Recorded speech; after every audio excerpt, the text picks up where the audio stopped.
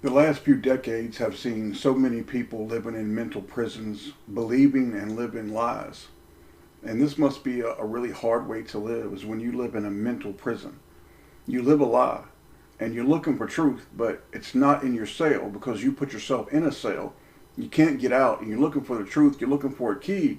You can't get out. The last 2 years have seen people become literal prisoners in their own homes, all throughout Western culture. Literal prisoners. Don't go out. You got to stay in. Something's going to happen, blah, blah. You've heard it all.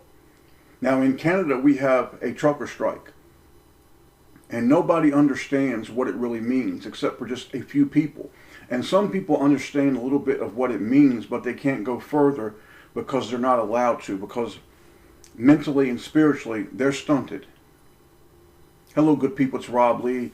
Before we begin, if you've not seen our latest videos, please do so. The last 4 to 5 videos have been some of the best that we've done in a long time, incredibly strong and powerful, and many deep truths were shared.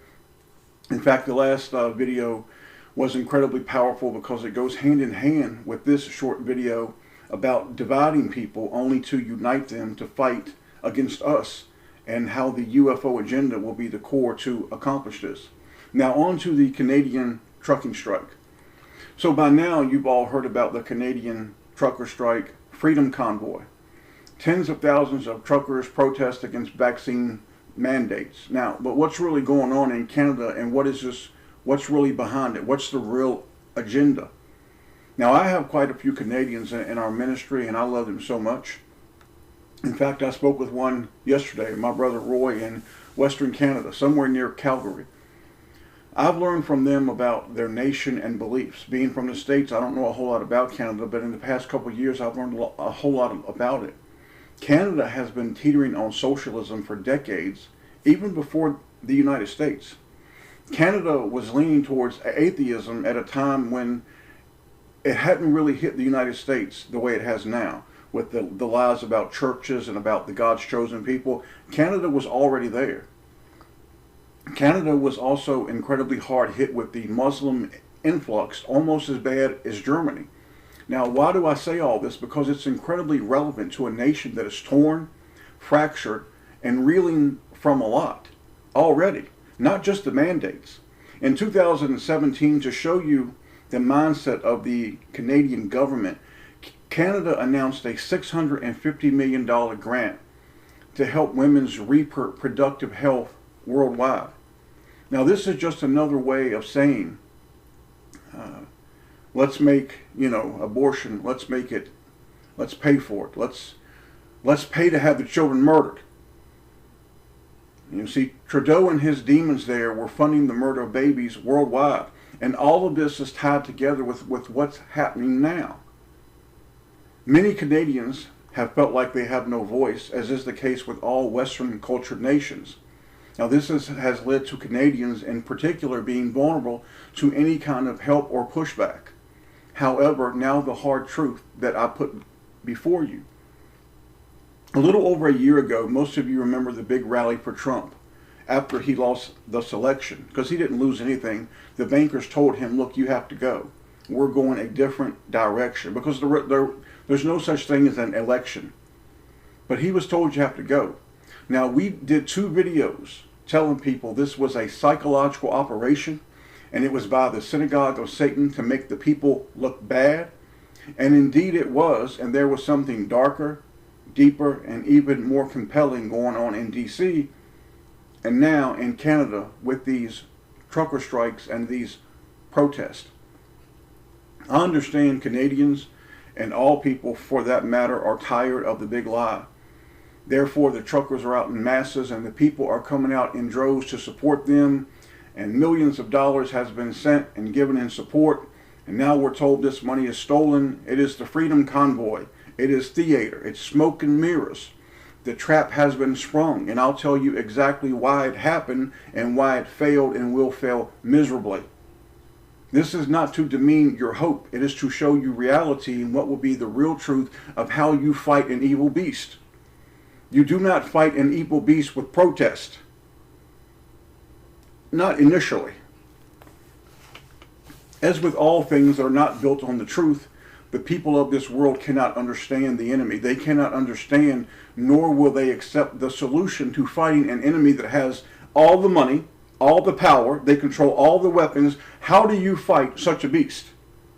Surely it's crossed your mind that when you look at the enemy that we are facing, you would have to say, damn, they have everything. Yes, they have everything, but what do you have that they could never have? Now, until you tap into that, you're not going to do anything. You're not going to accomplish anything, neither as a nation or as an individual or as a family, nothing. Until you tap into that power, you have nothing. All of this trucking strike is going to do is this. It's going to give fuel to the synagogue of Satan, the banking cartels, to shift the blame to those white folks, just as they did in D.C. back in January of 2021. It will also enable the banking devils to raise the prices in Canada and the United States on even more goods and services and blame the truckers and all those people that support them. It is smoke and mirrors and deception on a massive grand scale.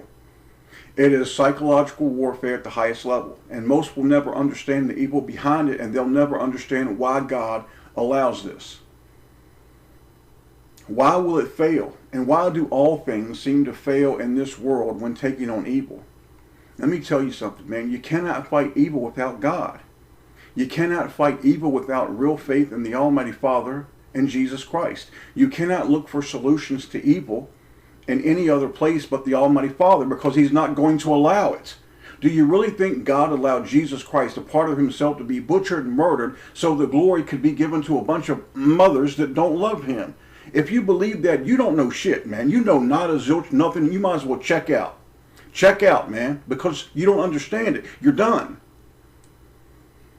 Now, if you don't like the way I'm preaching, you can go.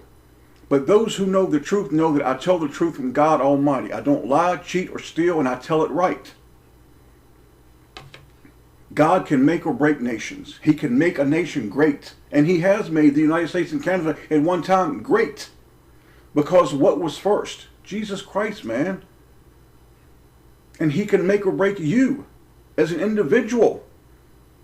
And all things have to go through Jesus Christ. You have a choice. You have a choice. One of the most interesting and fascinating parts to me before I close is this. When Jesus Christ encountered the devil, a being that He could have smacked around easily, Jesus and Him had this conversation. Now, we don't know it all. But Jesus refuted the devil. And Jesus said this. In Matthew 4, you can read the whole account. But let me give you this one verse of what Jesus said to the devil. The devil's trying to tempt Him. Now, here is Jesus Christ combating the epitome of evil. And what does Jesus Christ do it with?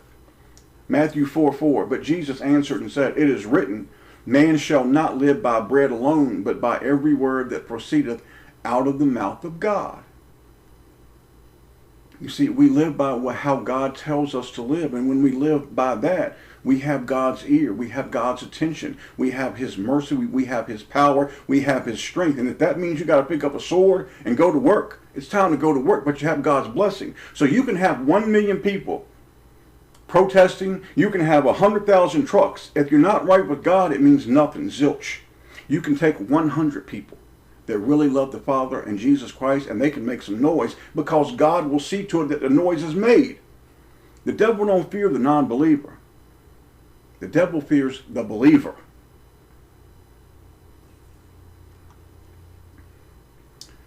Here's the truth, brethren. The choices that we make today will determine our lives forever. God is not going to beg any of us for our loyalty and our love to Him and to His Son, Jesus Christ. However, if you take one step to Him, He'll smile big at you, and He'll pull you closer than you dare imagine. Again, the Canadian trucker strike is just a game being played by evil against a desperate and angry people, and I understand their desperation. I understand their anger. I understand their pain. In the end, the result is going to be this: more hatred against white Canadians and white Americans, and they're going to call you terrorists. And the price of food and gas and all products is going to go up. And this will anger the people even more and shut down any future movements. because this is how mental warfare works. And the reason it succeeds is because the people are not doing right by God Almighty. What do you think would happen? Let me ask you a question. Let me ask you one question. You got all these people in Canada, and they got truckers coming. This isn't a big rally for Jesus Christ. No, man. It's a rally for themselves. Well, why would they not put God first? Just like in D.C. a year ago, 1 million white people, they come to D.C. They're not there for Jesus. They came for Trump. Don't you think it disrespected God in a great and mighty way that he thought, you son of a bitches would go through all that trouble for this filthy devil, but you wouldn't do it for me and what I gave you in Jesus Christ? Well, Canada, you're doing the same thing. You're going to all that trouble, but you won't do it for God, and you won't do it for the gift that he gave you in Jesus Christ. Then you will take your ass whipping like every other nation. God made you promises. God will not break those promises. God will treat you really good and help you, man. But you got to do right by God, and it's got to be genuine. You can combat evil. And we've been given power over evil, but most people do not understand this. Because most people don't believe. They don't care. I'm not saying that all the people involved in this strike are anti-Jesus or the people supporting them are anti-Christ. However, I am saying this directly to you because I do understand how the people of this world work, because my Father has taught me. The vast majority of them are godless, and they do not care about the Father, Jesus Christ, or the Holy Word. Now, most of you know that I do not care about the Hitler cult. I don't like these people. I don't like their backward movement called Christian identity. These people are devilish and cowardly, and they're led by evil spirits. Now, they believe that Germany was a total victim in World War II. All right, and Germans did go through some hell, more than they should have, quite frankly. But let's be honest about it. Who's in control? Who has the power? God does, man. If God doesn't want you to go through something, you ain't going to go through it. Let me drop this wisdom and fact on you about God and the Germans as we close, and then you can think about Canada, the United States, England. You can think about Scotland, Scandinavia. It doesn't matter. Pick any nation. Pick any white cultured nation. For 12 years or more in Germany, the vast majority of the German people started to believe in the great lie and live the great lie. They seen themselves as superior and they could do anything. Not because of God, because Adolf Hitler and also an Austrian, okay, of the synagogue of Satan convinced them of this. They raised their arms and saluted, Heil Hitler! They did not salute Jesus the Christ. And Hitler did give a few speeches about Christianity. So did Obama. So did Roosevelt. So did Trump. So did Bush. So did Reagan. So what? It means nothing. And the fact that these poor delusional people actually believe that because this devil mentioned Christianity, that somehow he was a Christian, or that the nation was a Christian nation. No, it was not. Hitler was no more a follower of Jesus Christ than was Trump, Obama, Roosevelt, Wilson, Lincoln, or any of the rest of these banking puppets. What was the end result for Germany was this: almost complete annihilation. If God did not intervene and have the United States help Germany to get back on its feet, the synagogue of Satan wanted to completely annihilate them. And God would not allow it. And he used another nation, a tool, the United States, to see that it would not happen. This is deep. It goes on to what happened after that. How they wanted to just basically just do away with them. The synagogue of Satan did. This same mentality that the Germans had with Heil Hitler is what the spirit that resides in almost all the Western cultured nations. They have grown to believe and live the lie. And what is this great lie? That God, His Son Jesus Christ, and the Word are null and void. They're not that important, or they don't even exist. And that people can make it without God. The fall from this mountain, brethren, is long and painful. Now, what can we learn from this? Well, good people, what we learn is this. We live and we know that we cannot make it without our Father. And our Father gave us His image in Jesus and said, follow Him back to me and you will be fine. God made you promises. God gave you more power than what you even know that you even have, but you have to believe it. Why do you think Jesus Christ said, look, you can move mountains? You can do things that you do not even think that you can do if you will only believe. But here's the thing. Most folks don't believe. We live in a world. The vast majority of Western culture, the nation and the people have built their houses on sand. Very few of us, and there are some, just a few, we have built our house on the rock. The rock that is the Almighty Father through Jesus Christ. The people that have built their houses on sand, these houses are going to crumble into the sea. And it will be painful. You and I have built our houses on the rock that is our Father through Jesus Christ.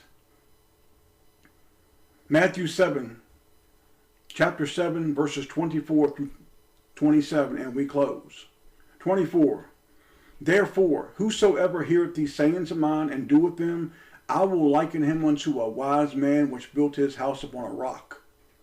And the rain descended, and the floods came, and the winds blew, and beat upon that house, and it fell not, for it was founded upon a rock. And every one that heareth these sayings of mine and doeth them not, shall be likened unto a foolish man, which built his house upon the sand. And the rain descended, and the floods came, and the winds blew, and beat upon that house, and it fell. And now listen, and great was the fall of it. We will endure come what may.